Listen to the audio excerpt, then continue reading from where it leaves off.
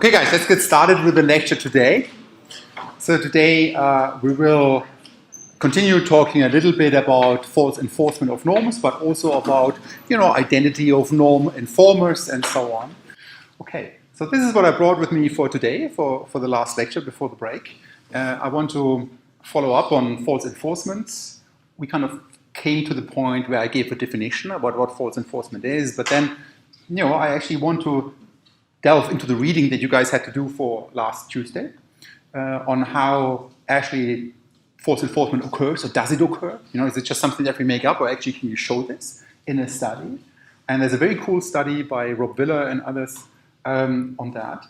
And then I want to touch a little bit on the stability of unpopular norms. Why don't they just go away? And then we are sort of like in this emperor's dilemma, and another cool study by Damon Centola that shows that unpopular norms can be remarkably stable once we have false enforcement, where people enforce something that they don't really believe.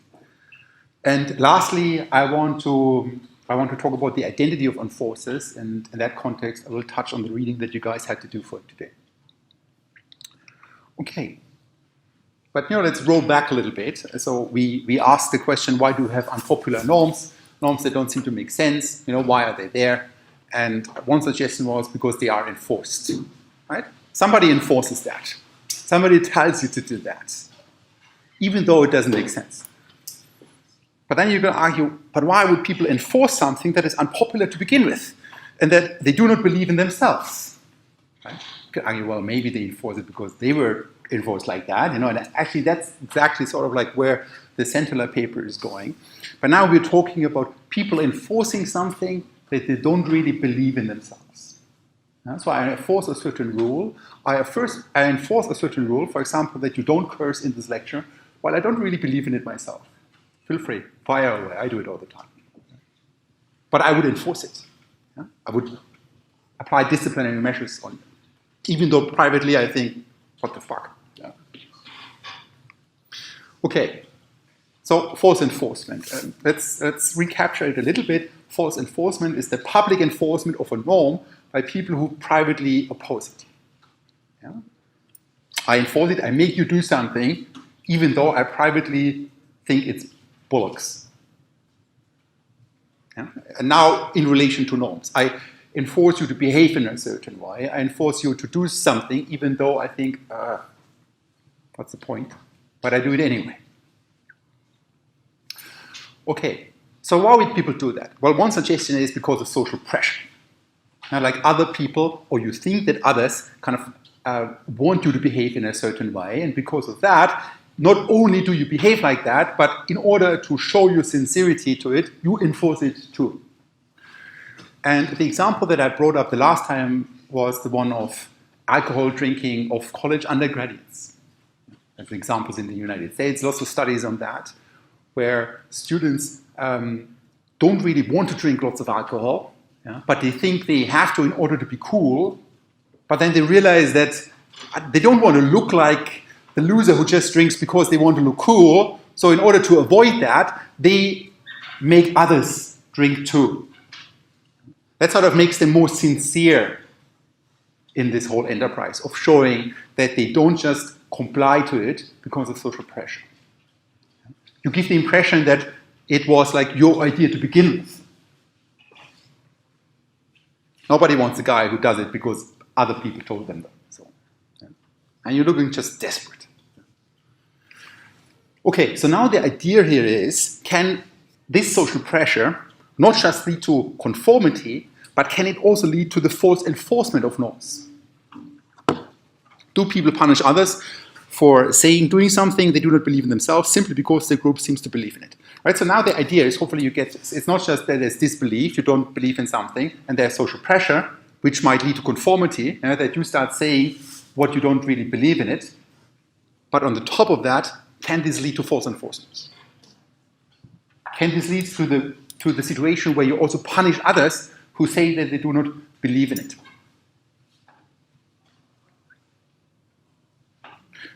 Okay, and that's basically what this paper is about that you guys had to read for last Tuesday. It's a great exam question, false enforcement, just putting it out there. False enforcement of unpopular norms by Rob Willer and others, who, by the way, does really cool work. So Rob Willer is one of my heroes, one of those guys that I admire for what they do. And Michael Macy, anyway. I know Michael quite well. He's a professor at Cornell, and actually I visited him when I was a student. I was staying with his lab for a while. He does really cool stuff in the whole area of complex systems, computational social science, and so on. Okay, so in this paper, Willer and others, they actually conduct a couple of studies. I'm going to focus on two now. And how cool is that? The first study is about drinking wine. And the second one is about reading a text. Actually, it's about a really crazy text that I made you guys read as well, which is the Transgressing the Boundaries norm by Alan Sokal. Right? But let's first get started with the study on evaluating wines. So what they did in this study, they brought in undergraduate sociology students, folks like you. Actually, they told them that they had been selected for their great aesthetic tastes, right? Which is not true, but they just made it up so that students felt, they're kind of good in judging things, And they had them brought in a lab. What we mean by lab is often these kind of cubicles. Actually, now UCD has a lab like that as well. I think it's at the Geary Institute, Behavioral Economics. They use these kind of things a lot, where individuals are being brought in and, they're being separated from others. They look at the computer and then they basically, they're prompted with certain things and then you log how they react. Right? Like, what do they do? How do they behave? And they have certain choices to make afterwards and so on. Right? So in this case, the students, they were actually given wine, but I'll come back to that in a second. They had to drink that wine. How nice is that? And then they were given questions about that wine while not actually seeing what the others answered on that. Right? But they were given the impression that others answered in a certain way. But that was just the first part of it. And these are the kind of experiments that people conduct a lot, but the real innovativeness comes into play at the next level. So basically what they did, so Willer and others, they told those students that they're conducting this very ancient, or this old Dutch wine tasting procedure, which doesn't exist. There's no old Dutch wine tasting procedure, right? And they said it's like this old tasting. It happened in the 1500s, 1600s. People did that in the Netherlands, and we want to do this now again. And it works in the way that you don't just evaluate those wines. You don't just tell us how good you find these wines, but afterwards you're also going to evaluate the other people in the room who evaluated the wine. Right? So not just that we sit there and we all say what we thought about the wine, but afterwards we say, well, I think your comment wasn't that great. Right? Well, your comment was really intelligent in a way. So that's the idea, right? That afterwards there was this second round of evaluating each other. Okay, and that's what happened in the second round, right? So they kind of evaluated each other. So 52 students, they participate in this, groups of 6 of aesthetic taste in different domains, and that's what they were told. While, in fact, each participant was sitting in a cubicle, and they were told they would interact with the other 5 participants in their group during the experiment, while, in fact, they did not. So some people, especially in economics, they would say, oh, this is dodgy design, but, social psychology, they are absolutely fine with these kind of things. So students were told they would interact with the other 5, but, in fact, they did not. They interacted with so-called simulated participants. Basically, they were being told something, right? And then they reacted to it. So they were given 3 wines, and in fact, all 3 wines were the same, except that the third one was tainted with vinegar. So it actually was obviously worse than the first 2, and the first 2 were exactly the same. And sometimes you find these experiments. Finally, when I was in Zurich, like a student there was doing this kind of experiment with apple juice, where people were given different kinds of apple juice, and they were, told different things, but in fact it was exactly the same apple juice. And afterwards, they had to evaluate, certain things. And by doing these kind of things, you hold one thing constant, but you change only one other thing, you can see the effect of changing that other thing. Yeah? So those guys, they gave their ratings of the wines after seeing how 4 of these fake participants had rated. Right? So imagine there's 6 people in the room, right? And now it's your turn, and it seems on your little computer screen that 4 other people already rated that wine. Right? They already gave their rating, and now you're being prompted, now give your rating. Okay, because now we're going towards this idea, they want to see, actually, does it lead to conformity to begin with? Now, does social pressure actually matter? Do people rate that wine differently when others had rated it already, right? Do they follow up on that?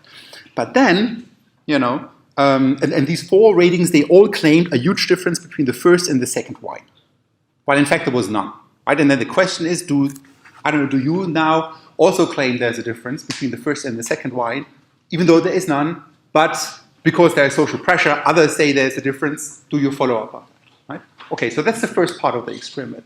That kind of leads to an answer to the question, is there conformity?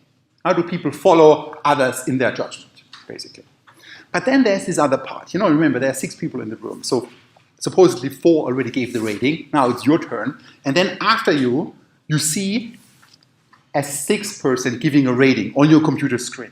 Yeah, you see that you already gave your rating, and now you see the 6th person giving a rating, and that person is sort of like the lone rider, and that person, it's also a fake participant, but that fake participant makes a true call.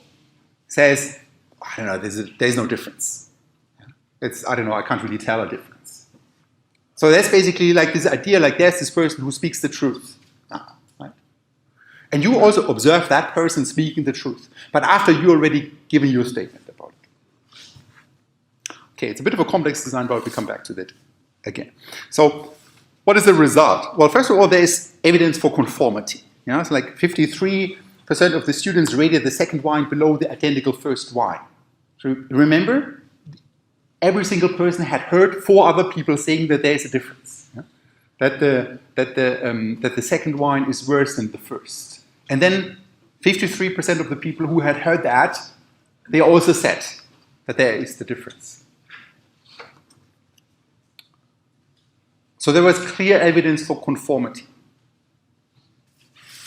People followed others, even though there was no difference. But now the key comes into play in this Dutch round that follows afterwards. And this Dutch round where we don't just evaluate the wine, but afterwards we also evaluate each other.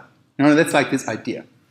And now there's one last piece on the puzzle, and then we're there, and hopefully then it makes all sense that people kind of, in some of those groups, people made these evaluations of others in private. Basically, they wrote down, I don't know, your judgment was great, your judgment was not that great, and I don't know, somebody else really sucked. That was one case, one half of the group, but the other half of the group, again, this is sort of like the treatment that comes into play here, right? Like some people kind of evaluated others in private, where nobody saw what they thought about each other, while in other group, they evaluated each other in public. Basically, really pointing at each other in public where others see. That's the general design. Okay, so here I have a little schema of the design, just as a reminder. So people come in, undergraduate students, they drink 3 different wines. In fact, the first and the second wine, there's no difference. It's exactly the same wine. Then they rate that wine after hearing 4 other people that praise others, said there is a difference between the two, while the 6th person who came in after that participant said there's no difference, right? And then afterwards, it kind of split into 2 groups, like half of the participants, or in those different groups, they didn't just have 6 people, but lots of different groups of 6 people. And some of these groups, individuals, then rated each other's judgment in public, while in other groups, they rated each other's judgment in private. Okay, and now we're at the result, and in order to understand that, I'm tracking back a little bit, so now I'm only showing you a little piece of that result. So now we're talking about on the y-axis, we have, so on the axis going up from 1 to 4, that's basically the kind of rating that people give to others. Now 4 is like, I think it's really good. 1 was, that kind of was a sucky rating. I don't know, I didn't really like what you said. Now that's the judgment of the participants of each other. Yeah, okay. So now we are, if you look at the very bottom, we are in the private group. That means like these are now the individuals that kind of judged each other in private. Like writing on a little piece of paper, like what they thought about the others, without those others seeing it. Yeah. Okay, now we are sort of like, we have this conformed here. That conformed means that I'm a person who followed the first 4 people who said that there is a difference. Right? I'm the fifth person, and I could be either one who follows this social pressure and also says there's a difference, even though there's none. I'm a conformist then. Or I could be a deviant, meaning I say, well, there is no difference, even though everybody else said there is a difference. Yeah? So that's here what this conformed means. And now, lastly, we have like these two bars here. They refer to the rating that they gave to either those supposedly 4 people who kind of conformed, basically those people who said there is no difference. People conforming here means like saying there is a difference between the first and the second wine, while the deviant target is basically the lone rider, this guy at the end, after you did what you did, after you rated the wine, that person said there is no difference. So now, how do we interpret that? Is that people who, in private, evaluate others' judgment, while in fact they personally, they succumbed to social pressure, they conformed, but still they kind of rate the person who said the truth higher, right? So this white bar is higher than the gray bar. That means if you were supposedly the lone rider who kind of said there is no difference, and I said there is a difference, I still rated you higher. Because probably secretly I know there was no difference, and I don't know, I kind of value what you did, right? But now the key is that this happens in private. And then we can compare that. How do those graphs, how do those ratings of the conformist target, a person who conformed to the social pressure, while in contrast to a deviant target who did not conform to the social pressure, how does that difference look like when I make my judgment in private or in public?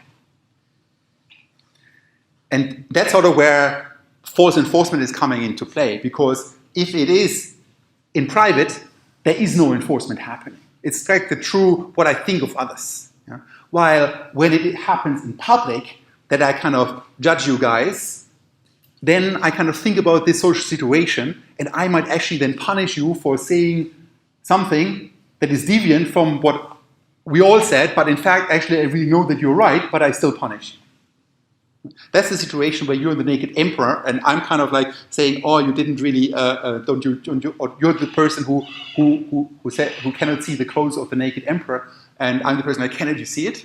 Yeah, even though personally I also see that the emperor is naked." Okay, so now let me show you the full graph, and now let's focus on these two highlighted areas. I explained the one at the very left. These are people who conformed. Basically, they succumb to social pressure, and how they rate either the conformist or the deviant target, but they did so in private.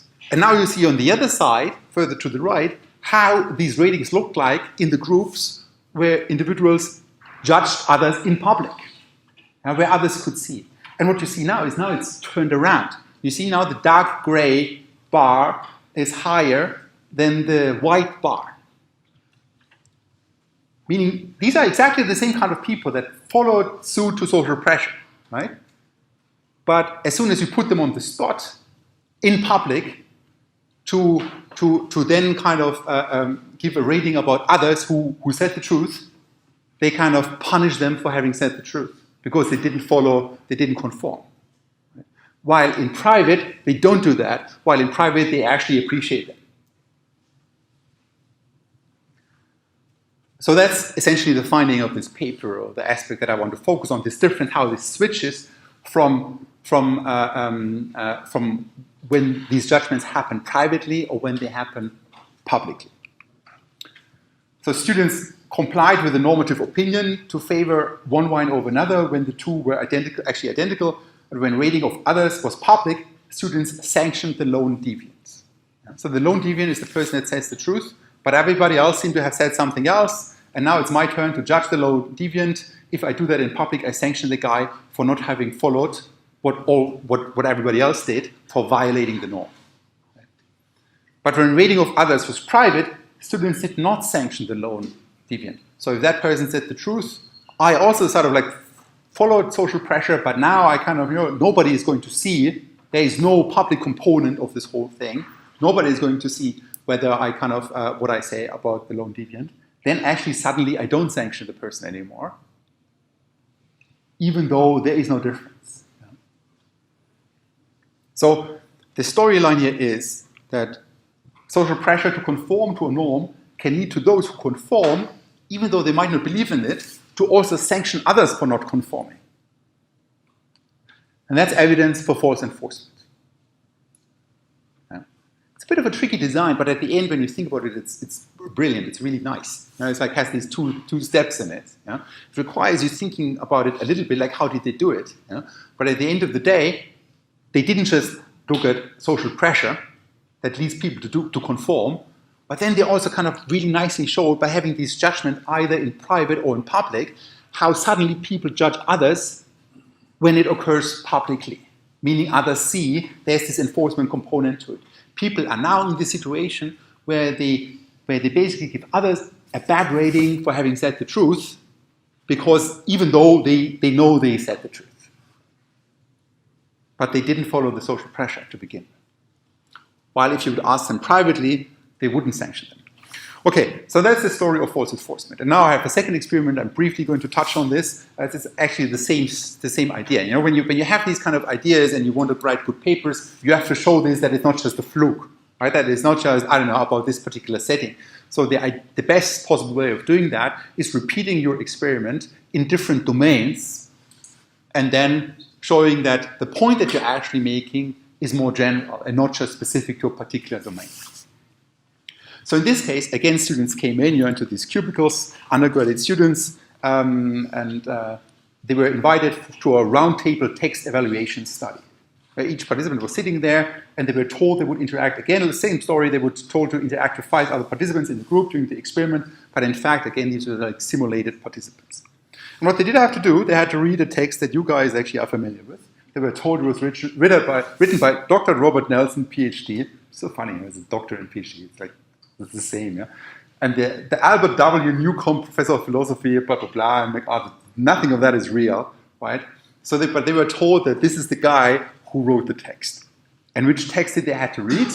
Well, the beautiful Transgressing the Boundaries Towards a Transformative Hermeneutics of Quantum Gravity, which you by now know, it's beautifully written, but it's really bullshit. There's nothing in it. Yeah? It's like beautiful phrases, but it doesn't make sense at all. It's nonsense. Yeah, it's nonsense.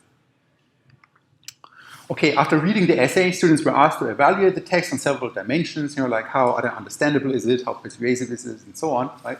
And but while in fact the text was nonsense, and participants, same story, they gave their rating of the text after they had heard what 4 other people had said about that text. Then they give their rating, right? These other 4, they praised the text highly. They said, oh, it's a beautiful text, it's fantastic, right? And then it was your turn to rate that text, which was bullshit. So we know it was bullshit. But now we kind of create a situation where we create, again, social pressure of praising a text. Do you fall into that? Do you also praise the text? And then after you gave your rating, we have, again, the lone writer, the 6th participant who says, well, this is bullshit. And who basically speaks the truth. So same design, and afterwards, again, they had like these round where they evaluate each other. Like how useful or how intelligent are your ratings and comments about that.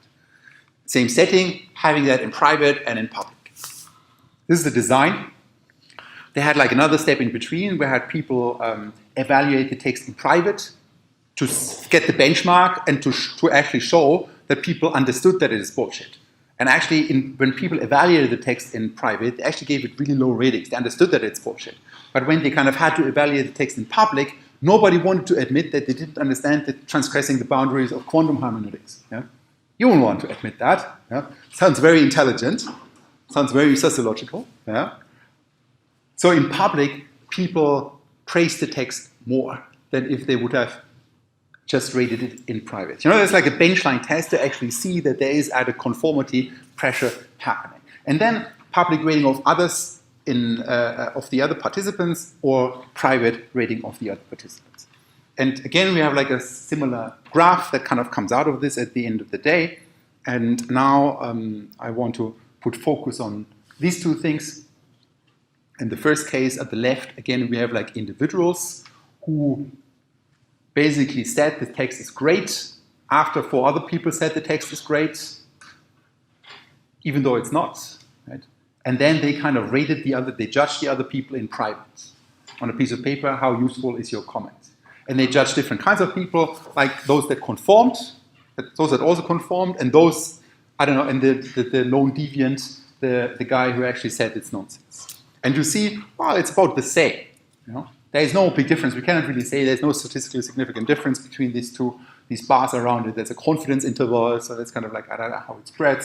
So we cannot really say that they're different. So there was no difference in kind of ratings of either others who conformed or the deviant target, the lone rider who said the truth that the text is bullshit. But now when we look at the public ratings of each other, the public judgments. Yeah. So this is now a set, remember this, the design, like half of the group had to judge each other in private and the other half had to judge each other in public. When we go to that group that judge each other in public, now we are on the right side in the highlighted area. People who kind of had to judge each other in public, they also conformed to it. Yeah? So they followed suit and said, okay, this is like a great text, even though it wasn't. And now what you see is now they give other people who also conform to it a higher rating than the lone deviant. Now they sanction the lone deviant for saying the truth, but for not following the norm, which is we all praise the text. So again, this is sort of like a second study that shows through this tool of public versus private, like how false enforcement can occur, or that it occurs. That people enforce something that they don't really believe in themselves. No, it's actually not easy to show that. It's like, whoa, a little bit, through your knee and back and up again. How can we show that people enforce something that they don't really believe in themselves? But with this design, they did in these 2 studies. So students evaluated the text higher when they evaluated it publicly after the 4 fake appraisals compared to when they evaluated it without the fake appraisals. And they realized that the text was nonsense, but didn't say so in public. Students rated the 6th fake participant who said the paper was nonsense down when they rated each other in public. So that lone rider gets punished.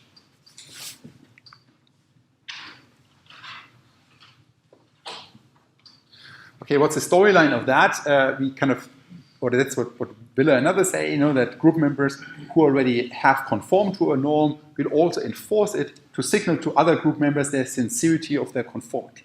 It's easy to just follow along. It's easy to just go along and also do lots of drinking because you think others think that this is what you need to do as an undergraduate student, unless you're in a reading week and you really catch up on the readings. Yeah? In fact, this is what you want to do. You want to do the readings, actually it's cool readings, but you feel the pressure to party all the time because you think this is what your student or your friends want you to do. Yeah? So you could go along with that, but it would make you look a little desperate. Like you're sort of like this person who gets pressured into things. So in order to show your sincerity about that, that's what Willer and others say. Like one strategy is to enforce that norm, to make others feel bad for not going out drinking all day, all week during the reading. Okay, so when we summarize that whole idea about false enforcement, we should not necessarily assume that enforcers believe the views they pressure others to adopt. It's an interesting one, that people might not just not do what they don't want, but actually they might also enforce something that they don't really want by themselves. I could argue, okay, well, shouldn't that lead to an instability of the whole thing? Or how can it be that these kind of norms prevail? Shouldn't at some point somebody realize that all we want to do is do the readings? They actually are cool, so let's spend the time on that during the readings. Shouldn't somebody at some point point the finger at the emperor and say, man, you're naked? And now this is where this paper comes in, paper by Centola, and there's also Rob Willer and Michael Macy in it. Interestingly, they wrote this paper first and the other one later, even though the logic is a bit the other way around. But in this paper, in The Emperor's Dilemma, also published in the AJS, American Journal of Sociology, one of our 2 best journals, right? So if I want to become a full professor one day, I have to publish in one of these 2 journals, or at least at a good university. This is what you have to do. And in that paper, they basically asked the question, can this mechanism of false enforcement, can that explain the problem or this puzzle that we had at first, that there are these unpopular norms and that they seem to be stable? Can false enforcement make unpopular norms stable? And they use an agent-based simulation for that. What is an agent-based simulation? Basically, it's like a computer program where you simulate little individuals. It's like Sims. If you ever played Sims, that's sort of like how an agent-based simulation is. You give your agents certain attributes and characteristics, and then you have them interact with each other, right? And then you see what comes out of it. And sometimes it's fascinating that there are very complex patterns coming out of that, out of very simple rules. Right? So complexity doesn't mean complex doesn't mean complicated. In fact, it's the opposite. Oftentimes, complex things are the outcome of very simple sets of rules. But they are often counterintuitive. So they kind of, built this model. It's like an idea where agents have a certain, belief, a certain compliance, a certain enforcement. Do they enforce? Do they believe in it? And so on. Or do they actually follow the norm? And then they have them interact with each other. Oftentimes these papers are very, very stylistic, so very abstract, right? So, but that's not the point of those papers, to show one-to-one what happens in reality. It's actually often the point of those papers to see, okay, there's this mechanism operating in these very stylized conditions. Okay, and basically, those who admire the emperor are desirous. Okay, that's this idea of force enforcement. So actually, they built that in this model, and actually they show that force enforcement can make unpopular norms extremely stable. A small number of true believers can actually suffice to generate norms that most of the people do not really want. And immediately you can think of something like the prohibition in the United States that a couple of small amount of people wanted. Highly religious groups, they said, I don't know, it's the devil. Yeah? But it's a small fraction of the overall population, but still it led to a norm that not only people followed, right, and Congress voted for, but then actually people also enforced and punished others for drinking alcohol, even though they personally would have loved to have the odd pint here and there. I'm not going to get into the details of the model. If you're interested in these kind of agent-based models, kind of cool stuff. Maybe it's more a little for the master students here. Basically, these agents get three properties. They get a belief, a compliance, and a strength of conviction. We can represent these kind of things mathematically. You have like a belief of 1 if you really believe in it, or a belief of -1 if you don't believe in it. Yeah? If you truly don't believe in it, and so on. Then you have compliance. It means like 1, that you comply with the norm, and 0, you disobey the norm. And then you have a value that ranges from 0 to 1, which is just how strong is your conviction. Now, like how much do you really care about this at the end of the day?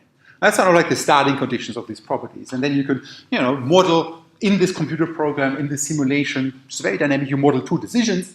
The first one is, should an agent comply to the norms? Basically, an agent is always like thinking in this particular situation at a particular moment in time, should I now comply to the norm? And there's a simple rule about that. I comply to the norm based on my own belief, based on the strength of the conviction, and based on the pressure that I get from others. Right? So if sort of like the pressure from others exceeds at some point my own belief and the conviction that I have, or the strength of that into that belief, then at some point I falter. Some people falter earlier and they comply to the norm. Others who actually really strongly believe in one thing, maybe they never fall. Right? Regardless of the pressure that they get. Essentially, this is a function that people kind of make a decision to comply to a norm. It's a function of their own belief, the strength of the conviction, and the pressure that they receive from others. Right? Now you see where the simulation comes into play, because then that individual might comply to the norm, but then also, that signals something to other people.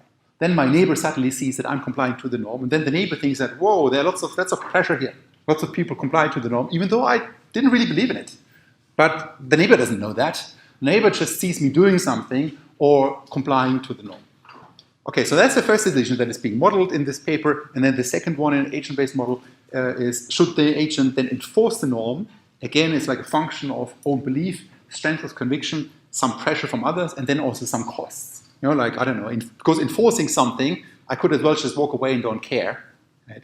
Enforcing, telling you not to do that, there's some costs associated to that. I have to do it, I don't know, if I would force people to not drink alcohol even though I believe in it, I don't know. I don't know. My social standing would go down probably. Yeah. Okay, so these kind of things, and I don't want to get into detail. You can read up the paper, but it's actually don't be afraid from these kind of papers. It's very straightforward. It's a little mathematical, but it's a little abstract, where we simply have like a compliance of an individual I is either my belief, that's B, or it's the opposite of my belief, which is minus B, if the pressure that I get is above a certain strength of my conviction. That's what it says. S is my strength of conviction, and E is sort of like, I don't know how many other people enforce and how many other people believe in it. That's sort of like the social pressure that I get. Right? Okay, but I don't want to get further into that.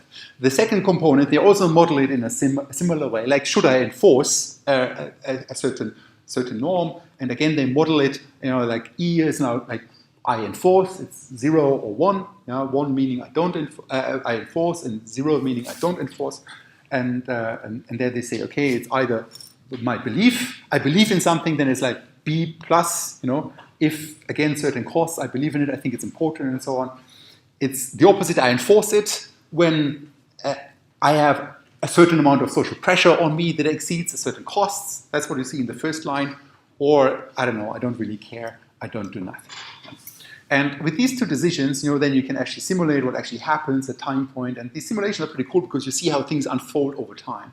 So you will see more examples of that after the break. There I'll show you actually some agent-based simulations on segregation. They're very straightforward, where you actually see how a world unfolds and how suddenly something happens and how certain patterns evolve from these very simple rules.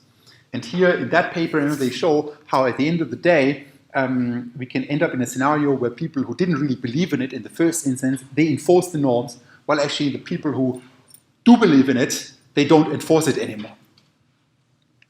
Because they have nothing to prove. And then they show different interesting results, like how when these kind of cascades occur, when they don't, I don't know, I don't want to talk too much about it, but it's often like counterintuitive results about these things. For example, that if you have a smaller number of true believers, it can lead to bigger cascades of compliance and enforcement at the end of the day than if you would have had a lot of true believers in the first instance. Why is that? Well, because if you have a lot of true believers in it, they don't have to prove themselves. But if you have only a few true believers, they are enough to kind of get the whole thing started, and then the other people that don't really believe in it, they need to prove themselves, they need to show their sincerity to it, and then they start enforcing. So you can have these very counterintuitive results, and that's actually the coolest papers where something kind of comes about that you did not really think about. Okay, let's not talk about that, because I want to move on to the last piece. Okay, so we talked about unpopular norms, we talked about false enforcement and so on people enforcing norms. Let's talk a little bit about who are those people that enforce norms. Who enforces norms on whom? And now one question, that was the reading for today, does ethnicity matter in that regard? And here I want to talk about a recent, very cool paper of two folks that I actually know as well. Actually, I think they do cool research, and one of my PhD students, she does very similar research about this right now. So maybe I'm going to mention her stuff briefly as well. So in this paper, they conducted an experiment on social norm enforcement in a real setting, in the real world. What did they do? Well, actually, they had an actor, a Confederate, sitting next to the entrance of the metro in Cologne. And that actor threw away a coffee cup on the floor, even though there was a trash bin just 2 meters away. And now what they did, they kind of looked at how many people who basically just walked by, they always identified one person that they would focus on. That person walked by. Does that person come to this Confederate where they don't really know that it actually is a study, and says, well, can you please pick up that coffee mug and throw it in the bin? It's just over there. Basically, this is the setting. Now you see there's an entrance to the metro, and there's this guy standing there, and this guy is actually an actor. But people don't know that. That's an actor, he has a coffee cup in his hand, right? And there's the trash bin just next to it, and now people walk towards that entry, they want to go down, and at that moment, that actor just drops the cup. like very obviously violating the norm that we shouldn't throw stuff on the floor, we shouldn't litter, especially when there's a rubbish bin just next to it. So the people they focus on were the people that walk by. It's like a field experiment where people didn't really know that they are part of an experiment. And these are the kind of cool experiments, that, I don't know, in the ideal world, I would love you to come up with ideas like that for the assignment, or maybe also for, I don't know, for thesis projects and so on, because I think they are really cool. And so they kind of look at how do people react in real life on that. Do they kind of approach the person who dropped the cup and say, man, pick up that cup? Or do they not do that? Okay, now what was the treatment? Again, you see like these kind of designs, like Confederate throws a coffee cup on the floor, even though there is a trash bin just next to it. But then kind of in some of the cases, the Confederate was a native. He looked like a native, like a person, actually in this case, I put in a little native. And in that case, actually I'll show you in a second what it was. The whole thing happened in Germany, so it looked like a person who's actually German. While in other cases, the Confederate, the person who dropped that coffee mug, looked like he or she is from an ethnic minority. And at the end, they simply counted how many times do people approach the Confederate and sanction that person for violating the norm. It's like how many times do they enforce the norm. So the only difference is that the Confederate looks different. In the one case, looks like the native. In the other case, it's the ethnic minority group. And now these are the actors that they used. Like the top row, apparently they look German, I don't know. And the bottom row, apparently they look from an ethnic minority. And the result is actually very striking. You can already see it at the very end, that the actors that were from the ethnic minority, they were sanctioned much more. So if you were foreign looking and you threw a cup on the floor, people would approach you much more often and tell you, don't do that. While if you would look German and you would throw that on the floor, people wouldn't come to you and say, don't do that. Maybe they were afraid. I don't know. I would be afraid of the Germans. Well, here's the summary of the results. So now they have like 4 categories because we have like native actors and minority actors. But what they also did, they also identified the person, right? Is that person kind of approaching that entrance? Is that person native or foreign? And you could question that, but they actually argue for their case. Actually they distinguish through visual clues, through skin color, mostly, like who is like native and who is from the minority group. And what you see here is actually pretty stunning, that if you happen to be from an ethnic minority, people sanction you more for violating a norm. While if you happen to be a native, people don't sanction you very much. And here you also see another difference, is that actually natives tend to sanction you. Right? So you are more likely to get sanctioned by somebody who is native than from somebody who is from an ethnic minority. While in surveys before, they had exposed people to similar situations where they were given a picture and they were being told to how would you decide in this situation and so on. There was no difference across those groups. But in reality, when they conducted that field experiment, there were these clear differences. So basically, natives who walk by are more likely to enforce the norm than minority members, ethnic minority members. And there is discrimination against minority Confederates who violate the norm in contrast to native Confederates who violate the norm. And we're running out of time, but I want to tell the story. Like my PhD student, one of my PhD students at the moment, as part of her PhD, they did a really cool experiment. Like in Zurich, they have like these escalators at the train station, and there's the norm, I don't know, stand right, walk left, or walk, I don't know, the norm, I don't know how it goes, stand on the right, walk on the left. You know it from the London Tube as well, they have these big signs and so on, right? And what they did, they also had, like, in this case, we were actually students that kind of blocked the whole escalator, right? So kind of blocked it like in a row that nobody could pass by. And then they also looked at how many times do others sanction that person. How many times do others lash out to that poor student for violating that norm? Right? The whole thing was planned, but now the treatment comes into play. So the treatment was, and there it becomes fascinating, the treatment was that in some cases, the students were female students, they were wearing a headscarf. While in other cases, they were not. And the result is pretty straightforward, that in the case where the students wore the headscarf and blocked the escalator, people lashed out much more than when it was a student without a headscarf. So you see, not only is there enforcement happening, but the identity of the individuals matters in here as well. But I want to leave it like that. And you have the reading week, do the assignments. Also don't forget the reading for the next lecture, which is on the 6th of November. It's Gladwell. Should be a fun reading. It's an easy reading. And if you feel like it, I don't know, have a look at the books that I recommend.